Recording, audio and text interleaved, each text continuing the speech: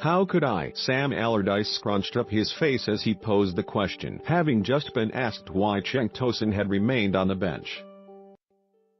Surely the circumstances were right. 80 minutes gone, a 3-goal lead over Crystal Palace and, for once, a game in relatively safekeeping. But rather than giving last month's £27 million signing a chance to stretch his legs and boost his confidence, Everton's manager sent on Morgan Schneiderlin. The level of booing that greeted Allardyce's decision was remarkable, and even he had admitted to being surprised.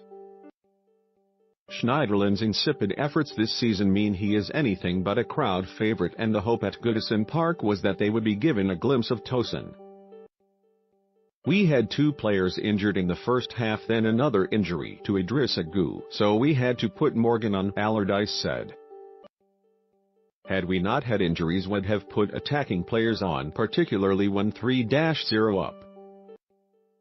But injuries made it impossible for me to consider. His explanation was fair. It does not stop Tosun being an issue for Everton.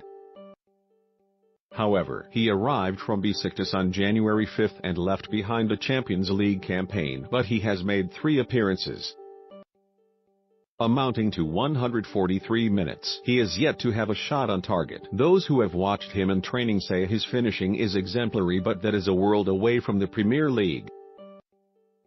The Turkey international was brought in to be Everton's main striker, but he isn't even a support act at present.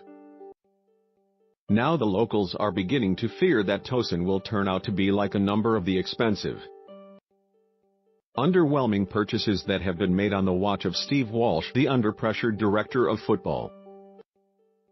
To listen to Allardyce, it was impossible not to conclude that concerns lurk behind the scenes. He is struggling with the pace, he said.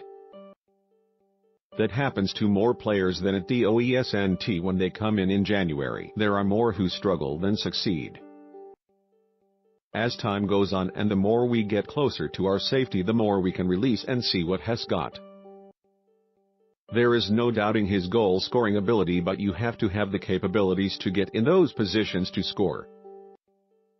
And that is the hard bit. We have to try to be patient as the team are winning without him. His reference to winning would suggest Everton are in a groove, but the reality is different.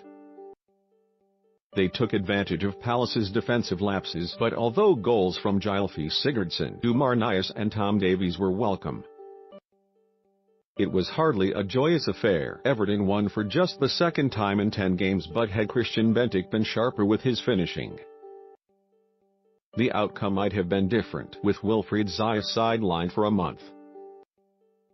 Palace's record signing must improve his figures of 2 goals in 19 Premier League matches. We have to keep battling away, said Roy Hodgson, the Palace boss. He has to try to make certain that if the goals aren't coming, he is doing something else to help the team get results and points. He just needs that ball to drop for him.